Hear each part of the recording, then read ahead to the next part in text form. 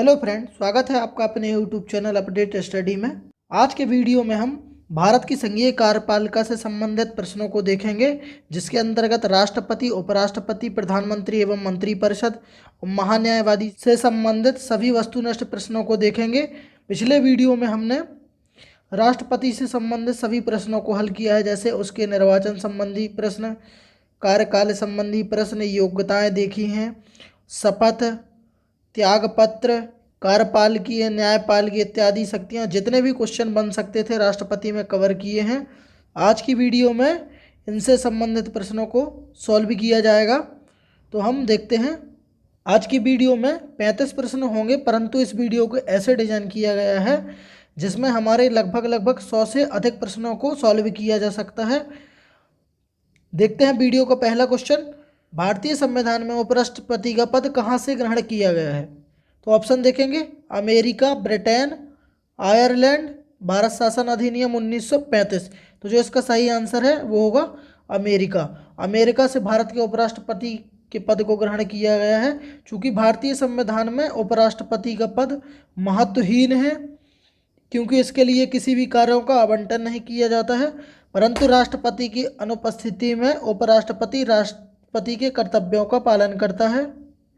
Other option भी देख लेते हैं। तो भारतीय संविधान में ब्रिटेन से संसदीय प्रणाली की व्यवस्था की गई है, आयरलैंड से नीति निर्देशक तत्वों को ग्रहण किया गया, भारत शासन अधिनियम 1935, भारतीय संविधान में इसका बहुत प्रभाव पड़ा है। जैसे अध्यादेश जारी करने की शक्ति भारत शासन अधिनियम से प्रभावित है। नेक्स्ट क्वेश्चन, निम्न में से कौन उपराष्ट्रपति की योग्यता को नहीं दर्शाता है? ऑप्शन देखेंगे, वह भारत का नागरिक हो, वह लोकसभा सदस्य बनने की योग्यता रखता हो, वह 35 वर्ष की आयु पूर्ण कर चुका हो, वह राज्यसभा सदस्य बनने की योग्यता रखता हो। तो इसका सही आंसर है वह लोकसभा सदस्य बनने की योग्यता रखता हो। चूँकि ये गलत हो जाएगा, बाकी अदर ऑप्शन देखेंगे, वह भारतीय नागरिक होना चाहिए, 35 वर्ष की आयु भी पूर्ण कर चुका हो और राज्यसभा सदस्य बनने की योग्यता रखता हो, वह किसी भी लाभ के पद पर न हो। उपराष्ट्रपति बनने के लिए इन योग्यताओं को ध्यान में रखा जाता है।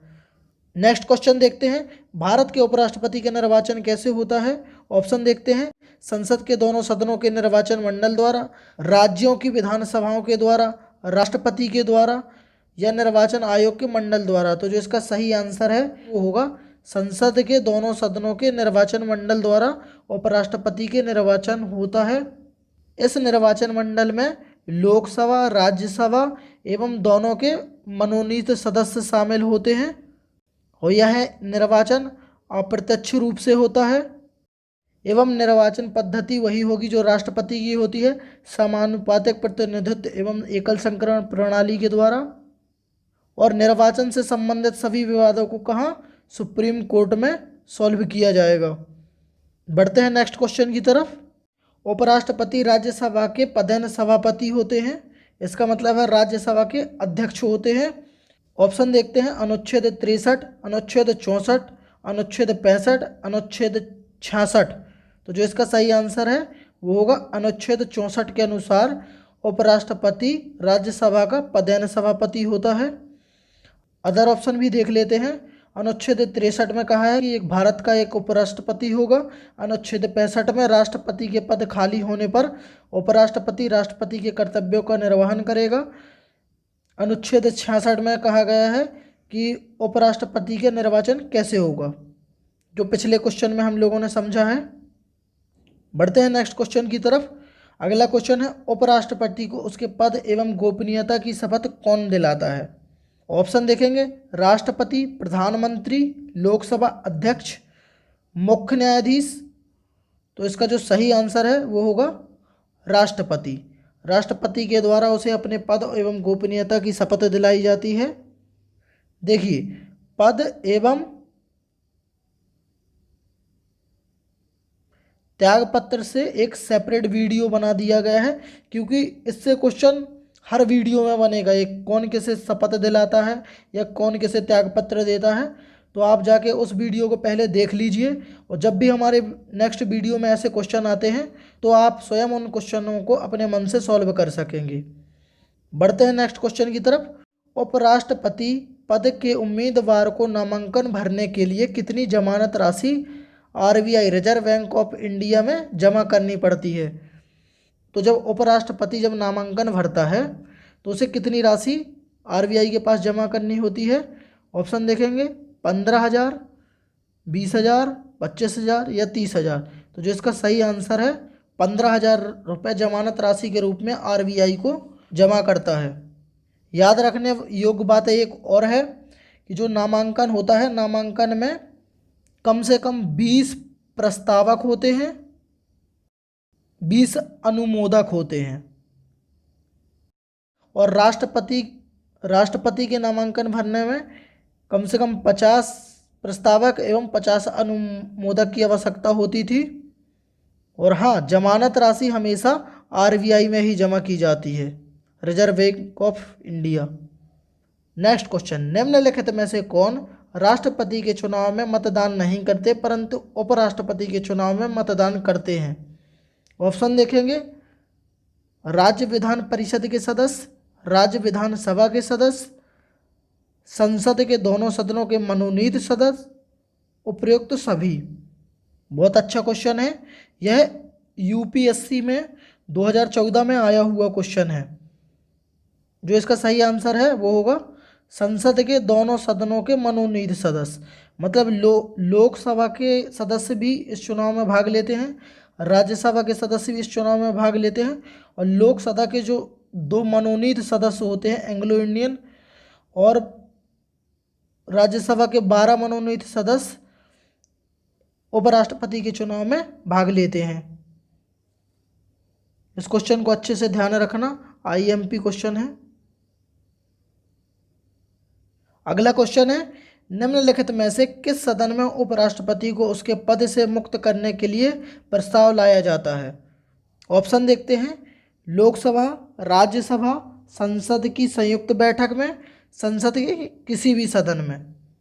तो जो इसका सही आंसर होगा वो होगा राज्यसभा।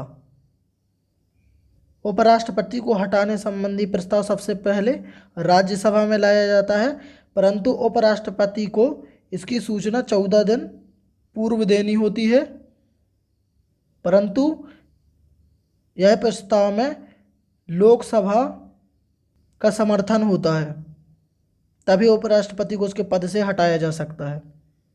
या तो उपराष्ट्रपति राष्ट्रपति को त्यागपत्र देकर अपने पद से इस्तीफा दे सकता है। अगला क्वेश्चन है, वर्तमान में एम वेंकैया नायडू किस क्रम के उपराष्ट्रपति हैं? ऑप्शन देखेंगे 12वें, 13वें, 14वें, 15वें। तो जिसका सही आंसर है वो होगा 13वें। एम वेंकैया नायडू 13वें क्रम के उपराष्ट्रपति थे, जिन्होंने 2017 में भारत के उपराष्ट्रपति के रूप में शपथ ग्रहण की थी। 2 ऐसे राष्ट्रपति हैं जो लगातार 2 बार उपराष्ट्रपति पद पर आसीन हुए हैं। पहले स्वामी राधाकृष्णन और दूसरे जो थे हामिद अंसारी। ये दोनों ही लगातार 2 बार उपराष्ट्रपति के पद पर रहे हैं। बढ़ते हैं नेक्स्ट क्वेश्चन की तरफ। संसदीय शासन प्रणाली में वास्तविक कार्यपालकीय शक्तियों का प्रधान होता है। ऑप्शन देखेंगे राष्ट्रपति, प्रधानमंत्री, संसद या तीनों।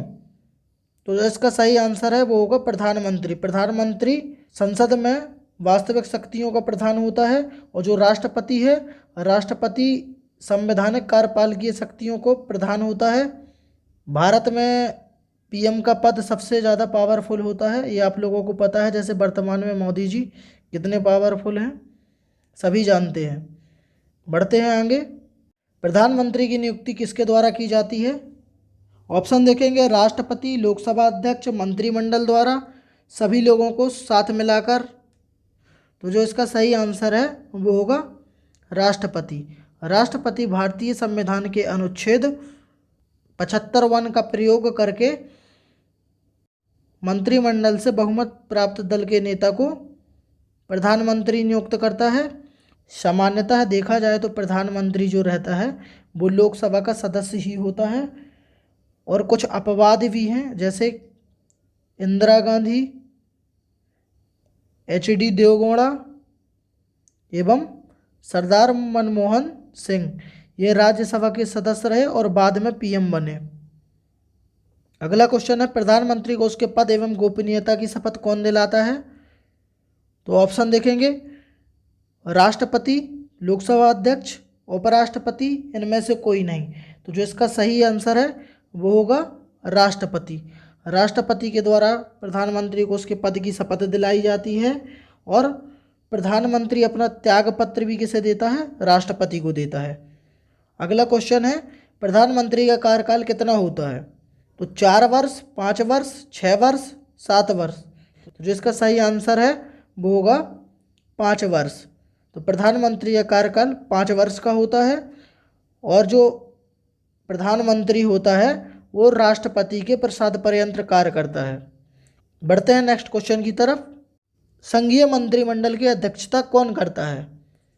ऑप्शन देखेंगे, लोकसभा अध्यक्ष, राष्ट्रपति, प्रधानमंत्री, उपराष्ट्रपति। इसका सही आंसर है प्रधानमंत्री मंत्रिमंडल की अध्यक्षता करता है। अदर ऑप्शन भी देख लेते हैं। लोकसभा का कार्य क्या होता है? लोकसभा का कार्य होता है संयुक्त अधिवेशन जो बुलाया जाता है, अनुच्छेद 108 में है इसका वर्णन। संयुक्त अधिवेशन की अध्यक्षता करता है और राष्ट्रपति क्या करता है? संयुक्त अधिवेशन को बुलाता है। बढ़ते हैं नेक्स्ट क्वेश्चन की तरफ। नीति आयोग का अध्यक्ष कौन होता है? ऑप्शन देखते हैं, राष्ट्रपति, प्रधानमंत्री, लोकसभा अध्यक्ष, इनमें से कोई नहीं। तो जिसका सही आंसर है वो होगा प्रधानमंत्री। नीति आयोग की अध्यक्षता हमेशा ही प्रधानमंत्री करता है। जैसा कि जानते हैं 1 जनवरी 2015 को योजना आयोग के स्थान पर नीति आयोग की स्थापना की गई थी। नीति आयोग का मतलब होता है national institution transforming of India. Next question, Lok Sabha को भंग करने की सिफारिश राष्ट्रपति से कौन करता है? ऑप्शन देखेंगे, लोकसभा अध्यक्ष और उपराष्ट्रपति, प्रधानमंत्री, मंत्रिपरिषद। तो जो इसका सही आंसर है वो होगा प्रधानमंत्री। प्रधानमंत्री राष्ट्रपति से सिफारिश करता है कि मंत्रिमंडल अच्छे से वर्क नहीं कर रहा है, इसलिए लोकसभा को भंग किया जाए। इससे क्या होता है, पूरी मंत्रिपरिषद जो होती है बर्खास्त हो जाती है। लोकसभा भंग होती है भारतीय संविधान के अनुच्छेद 85 के अनुसार। अगला क्वेश्चन है, सर्वाधिक बार लोकसभा में अविश्वास प्रस्ताव किस प्रधानमंत्री की सरकार के खिलाफ लाया गया था? ऑप्शन देख लेते हैं, जवाहरलाल नेहरू के समय, मोरारजी देसाई के समय, एचडी देवगौड़ा के समय या इंदिरा गांधी के समय। तो जो इसका सही आंसर है वो होगा इंदिरा गांधी। इनके समय में सबसे अधिक बार इस अविश्वास प्रस्ताव लाया गया था। अगला क्वेश्चन है, प्रधानमंत्री पद से त्यागपत्र देने वाले प्रथम व्यक्ति कौन थे जिनके कारण पूरी मंत्रिपरिषद को बर्खास्त होना पड़ा? ऐसा पहली बार हुआ था। तो ऑप्शन देखते हैं, जवाहरलाल नेहरू के समय, चौधरी चरण सिंह के समय, मोरारजी देसाई के समय, लाल बहादुर शास्त्री के समय। तो जो इसका सही आंसर होगा वो होगा मोरारजी देसाई के समय पूरी मंत्रिपरिषद को बर्खास्त होना पड़ा था। इन्होंने त्यागपत्र दे दिया था इसलिए। बढ़ते हैं नेक्स्ट क्वेश्चन की तरफ। अगला क्वेश्चन है, सेनाओं का राजनीतिक प्रमुख कौन होता है? ऑप्शन देखते हैं, प्रधानमंत्री, राष्ट्रपति, दोनों, इनमें से कोई नहीं। तो जो इसका सही आंसर है होगा वो होगा प्रधानमंत्री। प्रधानमंत्री जो होता है सेनाओं का राजनीतिक प्रमुख होता है, कन्फ्यूज नहीं होना है। और जो राष्ट्रपति हैं वो संवैधानिक प्रमुख होते हैं, थल सेना, जल सेना और वायुसेना के, और इन्हें सेनाओं का कमांडर भी कहा जाता है। बढ़ते हैं नेक्स्ट क्वेश्चन की तरफ। निम्नलिखित में से प्रधानमंत्री किसका अध्यक्ष होता है? ऑप्शन देखेंगे, नीति आयोग, राष्ट्रीय विकास परिषद, राष्ट्रीय एकता परिषद, अंतर्राष्ट्रीय परिषद, कूट दिए गए हैं, ये भी देख लेते हैं, केवल एक, केवल दो, 1, 2, 3 या यह सभी। तो जो इसका सही आंसर है वो होगा यह सभी। इन सभी का अध्यक्ष कौन होता है? पीएम होता है, प्रधानमंत्री होते हैं। इसके साथ राष्ट्रीय जल संसाधन परिषद का भी अध्यक्ष कौन होता है? पीएम होता है। बढ़ते हैं नेक्स्ट क्वेश्चन की तरफ। उप प्रधानमंत्री का पद होता है तो उसकी प्रकृति कैसी होती है? ऑप्शन देखेंगे, संवैधानिक पद होता है, वास्तविक पद होता है, व्यवहारिक पद होता है या उपरोक्त सभी। तो जो इसका सही आंसर है वो होगा उप प्रधानमंत्री का पद व्यवहारिक पद होता है। इसमें से कुछ फैक्ट देखते हैं।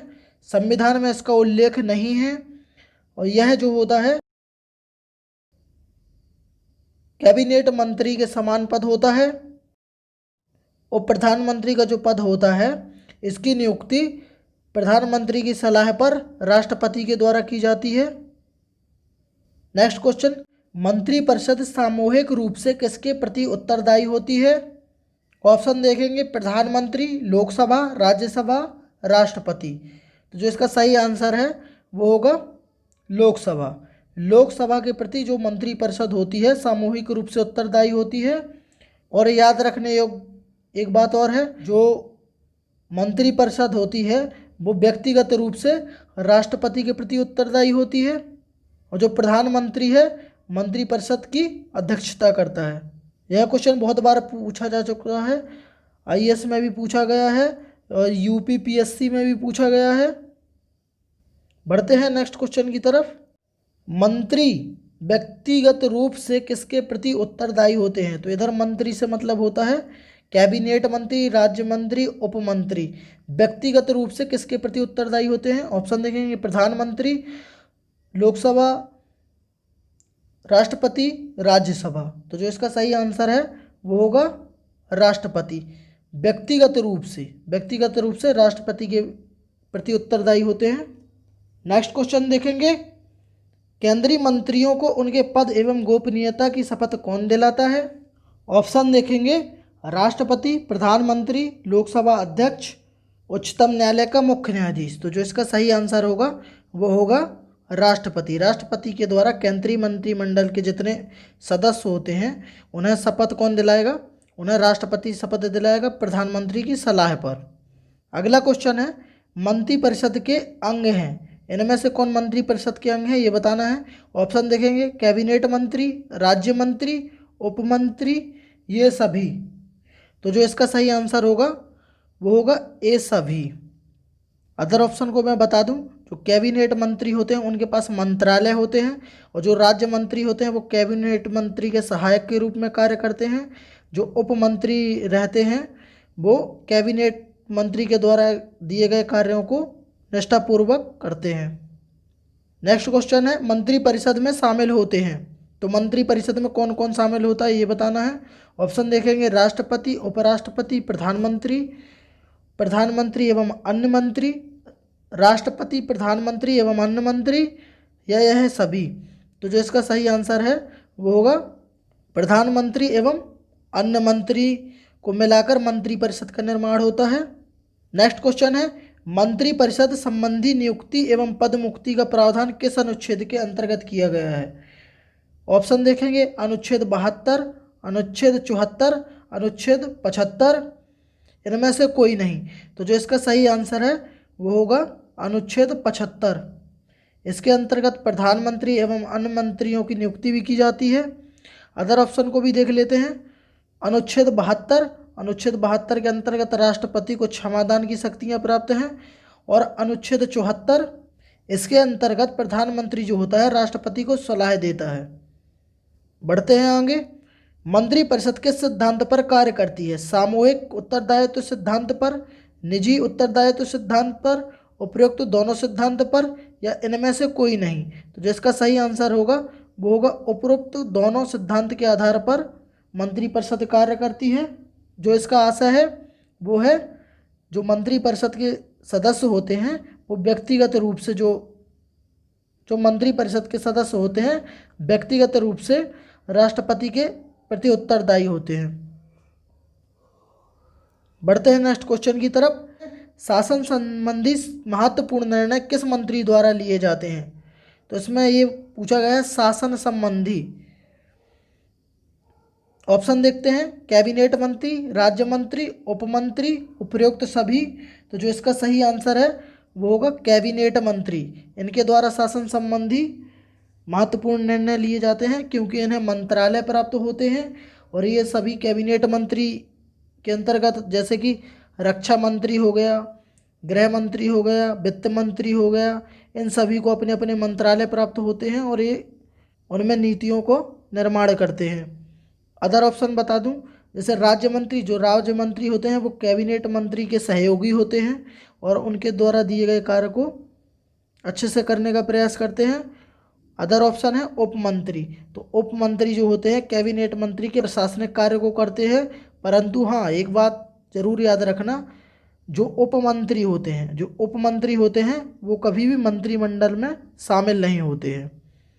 नेक्स्ट क्वेश्चन, भारतीय संविधान के किस अनुच्छेद में भारत के महान्यायवादी के पद का प्रावधान किया गया है? तो ऑप्शन देखेंगे, अनुच्छेद 72 के अंतर्गत, अनुच्छेद 74 के अंतर्गत, अनुच्छेद 75 के अंतर्गत, अनुच्छेद 76 के अंतर्गत। इसका जो सही आंसर होगा वो होगा अनुच्छेद 76। अनुच्छेद 76 के अंतर्गत भारत में महान्यायवादी के पद का प्रावधान किया गया है। महान्यायवादी जो होता है देश का सर्वोच्च विधि अधिकारी होता है। अदर ऑप्शन भी देख लेते हैं। अनुच्छेद 72 में राष्ट्रपति की क्षमादान शक्तियों का वर्णन किया गया है। अनुच्छेद 74 में प्रधानमंत्री राष्ट्रपति को सलाह दे सकता है और अनुच्छेद 75 में मंत्री परिषद एवं प्रधानमंत्री की नियुक्ति राष्ट्रपति के द्वारा किया जाएगी, यह प्रावधान किया गया है। मैंने अनुच्छेदों को इतनी बार बता दिया है कि जो अनुच्छेद देखेगा या जिसने देखे होंगे उसे लगभग पूरे जितने बताए गए अनुच्छेद हैं लगभग सभी अनुच्छेद याद हो गए होंगे। अगला क्वेश्चन है, महान्यायवादी की नियुक्ति, शपथ एवं त्यागपत्र संबंधी प्रावधान किसके द्वारा किए जाते हैं? ऑप्शन देखेंगे, उच्चतम न्यायालय के मुख्य न्यायाधीश के द्वारा, भारत के राष्ट्रपति द्वारा, प्रधानमंत्री द्वारा, इनमें से कोई नहीं। तो जो इसका सही आंसर है वो होगा भारत के राष्ट्रपति द्वारा इनकी नियुक्ति भी की जाती है, शपथ भी दिलाई जाती है और ये अपना त्यागपत्र राष्ट्रपति को देते हैं। अब इस प्रश्न में 3 क्वेश्चन बन गए। जैसे बता दूं, महान्यायवादी की नियुक्ति कौन करता है, महान्यायवादी को शपथ कौन दिलाता है और महान्यायवादी अपना त्यागपत्र किससे देता है? तो जो इसका सबका आंसर होगा वो होगा भारत के राष्ट्रपति। अगला क्वेश्चन है, महान्यायवादी का कार्यकाल कितने वर्ष का होता है? 5 वर्ष, 6 वर्ष, 4 वर्ष, कोई निश्चित अवधि नहीं है। तो जो इसका सही आंसर होगा वो होगा कोई निश्चित अवधि नहीं होती। महान्यायवादी के कार्यकाल की कोई निश्चित अवधि नहीं रहती और यह राष्ट्रपति के प्रसाद पर्यंत कार्य करता है, इसलिए जब तक राष्ट्रपति चाहे यह अपने कार्यकाल को पूरा करता रहेगा। बढ़ते हैं नेक्स्ट क्वेश्चन की तरफ। संसद के प्रत्येक सदन की कार्यवाही में संसद का सदस्य न होते हुए भी कौन भाग ले सकता है? ऑप्शन देख लेते हैं, उपराष्ट्रपति, महाधिवक्ता, मुख्य न्यायाधीश, अटॉर्नी जनरल ऑफ इंडिया। तो जो इसका सही आंसर होगा वो होगा अटॉर्नी जनरल ऑफ इंडिया, इसे ही महान्यायवादी कहते हैं। नेक्स्ट क्वेश्चन है, मंत्रिपरिषद में वरीयता का क्या क्रम होता है? ऑप्शन दिए गए हैं, हमें ये बताना है कि सबसे बड़ा पद कौन है, फिर उसके बाद का पद कौन होगा, फिर उसके बाद का पद कौन होगा। तो ऑप्शन देखते हैं, कैबिनेट मंत्री, उपराष्ट्रपति, राज्य मंत्री, उपमंत्री, कैबिनेट मंत्री, राज्य मंत्री, उपमंत्री, राज्य मंत्री, कैबिनेट मंत्री। तो जो इसका सही आंसर होगा वो होगा कैबिनेट मंत्री, राज्य मंत्री, उपमंत्री। कैबिनेट मंत्री सबसे बड़ा होता है, फिर उससे छोटा राज्य मंत्री होता है, फिर उससे छोटा उपमंत्री होता है। बढ़ते हैं नेक्स्ट क्वेश्चन की तरफ। अगला क्वेश्चन है, भारत के प्रधानमंत्री का पद है, इसमें ये बताना है कि भारत के प्रधानमंत्री का पद कैसा है। ऑप्शन देख लेते हैं, संविधान द्वारा सृजित, संसद द्वारा सृजित, राष्ट्रपति द्वारा सृजित, परंपरागत प्राप्त। तो जो इसका सही आंसर होगा वो होगा संविधान द्वारा सृजित है। प्रधानमंत्री संसदीय व्यवस्था में इसका उल्लेख किया गया है। आज की वीडियो में हमने लगभग 100+ क्वेश्चनों को सॉल्व किया है। मिलते हैं नेक्स्ट वीडियो में। आप सभी का धन्यवाद।